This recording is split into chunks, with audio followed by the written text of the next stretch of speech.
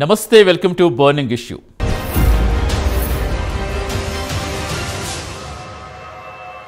లోక్సభ ఎన్నికలు దగ్గర పడుతున్న వేళ తెలంగాణలో రాజకీయ పార్టీలన్నీ తమ వ్యూహాలకు పదును పెడుతున్నాయా? కనీసం 12 స్థానాలు కైవసం చేసుకోవాలని సీఎం రేవంత్ క్యాడర్కు దిశానిర్దేశం చేశారా? మరోవైపు బీజేపీ కూడా నేను సైతం అన్న చందంగా టార్గెట్ 10 ఫిక్స్ అయిందా? అసెంబ్లీ ఎన్నికల మాదిరే లోక్సభ ఎన్నికలు కూడా హోరాహోరీగా జరగబోతున్నాయా? ఇంతకు బీజేపీ గెలిచే అవకాశం ఉన్న స్థానాలేవి? కాంగ్రెస్ టార్గెట్ చేసిన స్థానాలేంటి?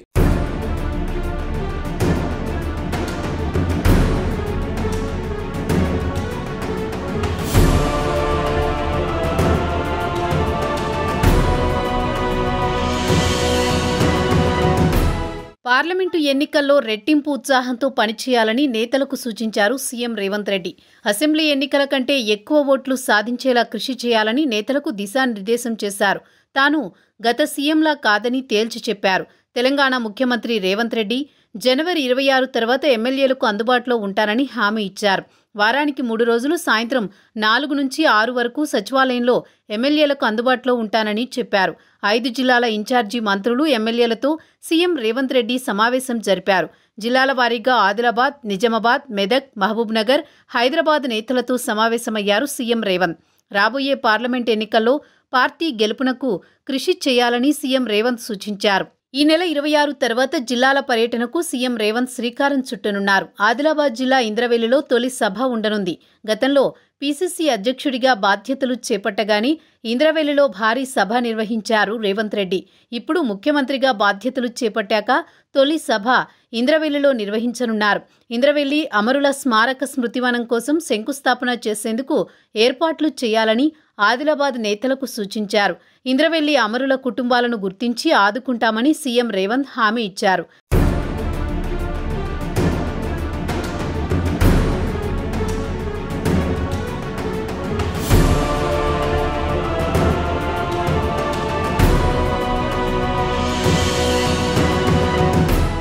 అసెంబ్లీ నియోజకవర్గాల అభివృద్ధి బాధ్యతలు ఉమ్మడి జిల్లాల ఇన్ఛార్జి మంత్రులకు అప్పగించారు. సంక్షేమం, అభివృద్ధిలో అందరూ భాగస్వాములేనని భరోసా ఇచ్చారు. పార్లమెంట్ ఎన్నికల్లో రెట్టింపు ఉత్సాహంతో పనిచేయాలని నేతలకు సూచించారు సీఎం రేవంత్ రెడ్డి.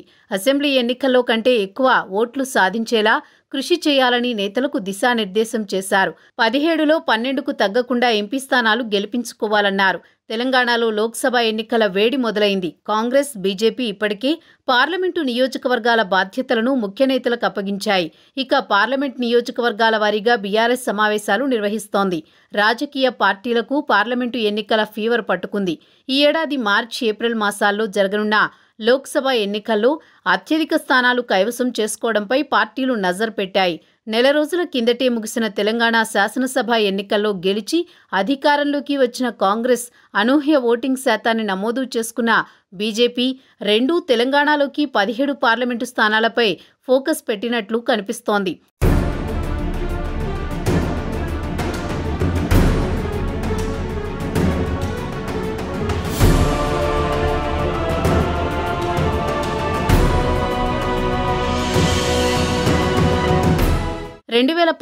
పార్లమెంట్ ఎన్నికల్లో కాంగ్రెస్ 3 చోట్ల, బీజేపీ 4 చోట్ల, 9 చోట్ల బీఆర్ఎస్, 1 స్థానంలో ఎంఐఎం విజయం సాధించాయి.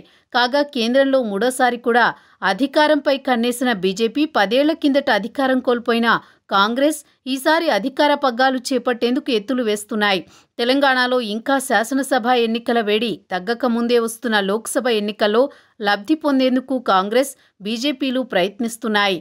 రాష్ట్రంలోని 17 పార్లమెంటు నియోజకవర్గాల్లో అత్యధిక స్థానాలు గెలుచుకోవడం ద్వారా తమ పార్టీలు కేంద్రంలో ప్రభుత్వాన్ని ఏర్పాటు చేసేందుకు అండగా ఉండాలన్న దీక్షతో ఉన్నాయి. దీనిలో భాగంగా అటు కాంగ్రెస్, ఇటు బీజేపీ పార్లమెంటు నియోజకవర్గాలకు సమన్వయకర్తలను నియమించాయి. పార్లమెంటు నియోజకవర్గాలకు ఇన్ఛార్జీలను నియమించిన బీజేపీ 8 మంది ఎమ్మెల్యేలు, ఎమ్మెల్సీలకి బాధ్యత అప్పజెప్పింది. హైదరాబాద్ పార్లమెంటు నియోజకవర్గానికి గోషామహల్ ఎమ్మెల్యే రాజాసింగ్కు ఇన్ఛార్జు బాధ్యతలు అప్పజెప్పింది. గతంలో ఆ పార్టీ సికింద్రాబాద్, కరీంనగర్, నిజామాబాద్, ఆదిలాబాద్ స్థానాల్లో విజయం సాధించగా సికింద్రాబాద్ నుంచి ఎంపీగా నిలిచిన కిషన్ రెడ్డి ప్రస్తుతం కేంద్ర కేబినెట్లో మంత్రిగా ప్రాతినిధ్యం వహిస్తున్నారు.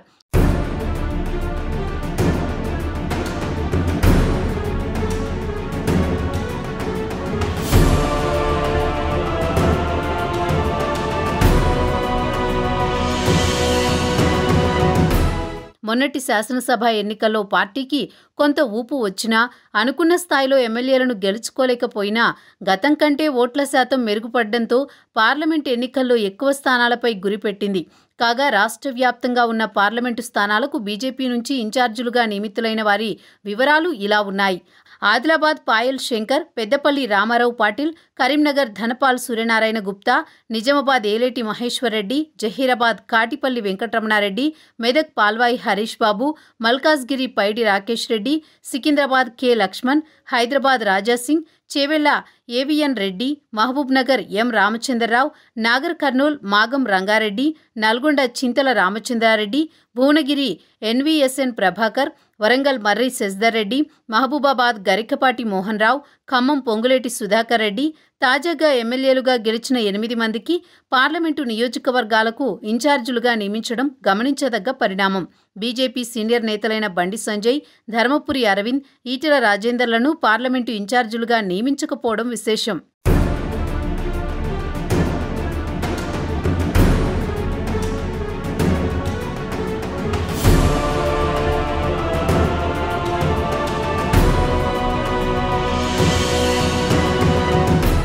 నెల రోజుల కిందటే తెలంగాణలో అధికారం చేపట్టిన కాంగ్రెస్ కూడా మంచి ఊపు మీదుంది.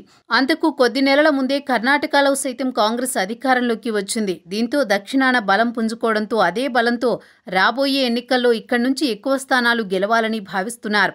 ఇక లోక్సభ ఎన్నికల్లో ఎక్కువ ఎంపీ స్థానాలను గెలిచి కేంద్రంలో కాంగ్రెస్ను అధికారంలోకి తేవడం, కాంగ్రెస్ అగ్రనేత రాహుల్ గాంధీని ప్రధానిని చేయడం లక్ష్యంగా పనిచేస్తున్నామని రాష్ట్ర కాంగ్రెస్ నాయకులు చెబుతున్నారు. 2019 లోక్సభ ఎన్నికల్లో కాంగ్రెస్ నల్గొండ, భువనగిరి, మల్కాజ్గిరి ఎంపీ స్థానాలను గెలుచుకుంది. అప్పుడు ఎంపీలుగా గెలిచిన రేవంత్ రెడ్డి ముఖ్యమంత్రిగా, ఎన్ ఉత్తమ్ కుమార్ రెడ్డి, కోమటిరెడ్డి వెంకటరెడ్డి రాష్ట్ర మంత్రులుగా ఇప్పుడు బాధ్యతల్లో ఉన్నారు. కాగా తెలంగాణలో 17 స్థానాలకు కోఆర్డినేటర్లుగా రాష్ట్ర మంత్రులు, సీనియర్ నేతలకు ఏఐసీసీ నాయకత్వం బాధ్యతలు అప్పజెప్పింది. Adilabad D Anasuya alias Seethakka, Peddapalli D Sridhar Babu, Karimnagar Ponnam Prabhakar, Nizamabad T Jeevan Reddy, Zaheerabad P Sudarshan Reddy, Medak Damodara Rajanarasimha, Malkajgiri Tummala Nageswara Rao, Secunderabad Hyderabad Mallu Bhatti Vikramarka, Chevella Mahabubnagar A Revanth Reddy, Nagarkurnool Jupally Krishna Rao, Nalgonda N Uttam Kumar Reddy, Bhuvanagiri Komatireddy Venkat Reddy, Warangal Konda Surekha, Mahabubabad Khammam Ponguleti శ్రీనివాసరెడ్డిలను ఏఐసీసీ పార్లమెంట్ కోఆర్డినేటర్లుగా నియమించింది.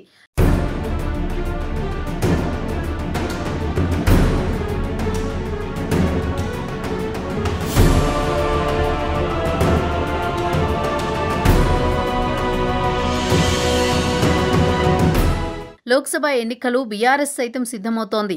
తాజాగా జరిగిన అసెంబ్లీ ఎన్నికల్లో చేసిన పొరపాట్లు సరిదిద్దుకుని పార్లమెంట్ ఎన్నికల్లో ఎక్కువ స్థానాలు సాధించాలని ప్రణాళికలు వేస్తోంది. ఇప్పటికే ఆ party working president KTR Lok Sabha నియోజకవర్గాల వారీగా సమీక్షలు నిర్వహిస్తున్నారు. ఢిల్లీలో గులాబీ జెండా ప్రాతినిధ్యం ఉండాలని ఈ సందర్భంగా కేటీఆర్ అన్నారు. వచ్చే లోక్సభ సార్వత్రిక ఎన్నికల్లో విజయం సాధించి కాంగ్రెస్ను ఇరుకున పెట్టాలని బీఆర్ఎస్ భావిస్తున్నట్లు రాజకీయ విశ్లేషకులు చెబుతున్నారు. గత లోక్సభ ఎన్నికల్లో 9 లోక్సభ స్థానాలు గెలుచుకున్న బీఆర్ఎస్ తాజాగా జరిగిన అసెంబ్లీ ఎన్నికల్లో కేవలం సికింద్రాబాద్, మల్కాజ్గిరి, చేవెళ్ల, మెదక్ స్థానాల పరిధిలో ప్రభావం చూపగలిగింది. రాబోయే ఎన్నికల్లో ఈ స్థానాలు కాపాడుకుంటూ అదనంగా కనీసం 5 స్థానాలు కైవసం చేసుకోవాలని వ్యూహాలు రచిస్తున్నట్లు తెలుస్తోంది. దీనిలో భాగంగానే బీఆర్ఎస్ అగ్రనేతలు కేటీఆర్, హరీష్ రావు, కవితలు సమీక్షా సమావేశాలు నిర్వహిస్తున్నారు. కేసీఆర్ ఆరోగ్యం కుదుటపడిన తర్వాత కేసీఆర్ కూడా రంగప్రవేశం చేసే అవకాశం ఉంది. కాంగ్రెస్ అధికారంలోకి వచ్చిన నెల రోజులకు ప్రభుత్వంపై విమర్శల వర్షం కురిపిస్తోంది బీఆర్ఎస్. దీనికి కారణం లోక్సభ ఎన్నికలే అని రాజకీయ పరిశీలకులు అంటున్నారు. ఢీలాపడి సైలెంట్గా ఉంటే కార్యకర్తల్లో ఉత్సాహం పోతుందని భావించిన బీఆర్ఎస్ అగ్రనాయకత్వం కాంగ్రెస్కు నెల కూడా గడువివ్వకుండా విరుచుకు పడుతోంది.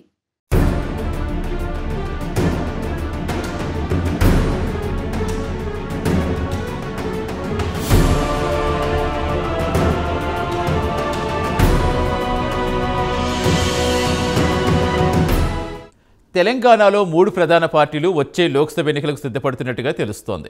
పోయిన పరువు కొంతైనా దక్కించుకోవాలనే ఆలోచనతో బీఆర్ఎస్ ఎలాగైనా అసెంబ్లీలో సాధించి బలాన్ని నిలుపుకుని అదనంగా ఇంకా స్థానాలు గెలిచి కేంద్రంలో అధికారం సాధించేందుకు ఉపయోగపడాలని కాంగ్రెస్ ఈసారి ఎక్కువ స్థానాలు రాష్ట్రం నుంచి గెలుపొంది మోదీని మరోసారి హ్యాట్రిక్ ప్రధానమంత్రిగా చూడాలని బీజేపీ తమ వ్యూహాలకు పదును పెట్టేస్తున్నాయి. లోక్సభ ఎన్నికలు ఎప్పుడు వచ్చినా సై అనే రీతిగా 3 పార్టీలు కనిపిస్తున్నాయి. చూడాలి మరి లోక్సభలో ఏ పార్టీ పెర్ఫార్మెన్స్ ఎలా ఉంటుందో.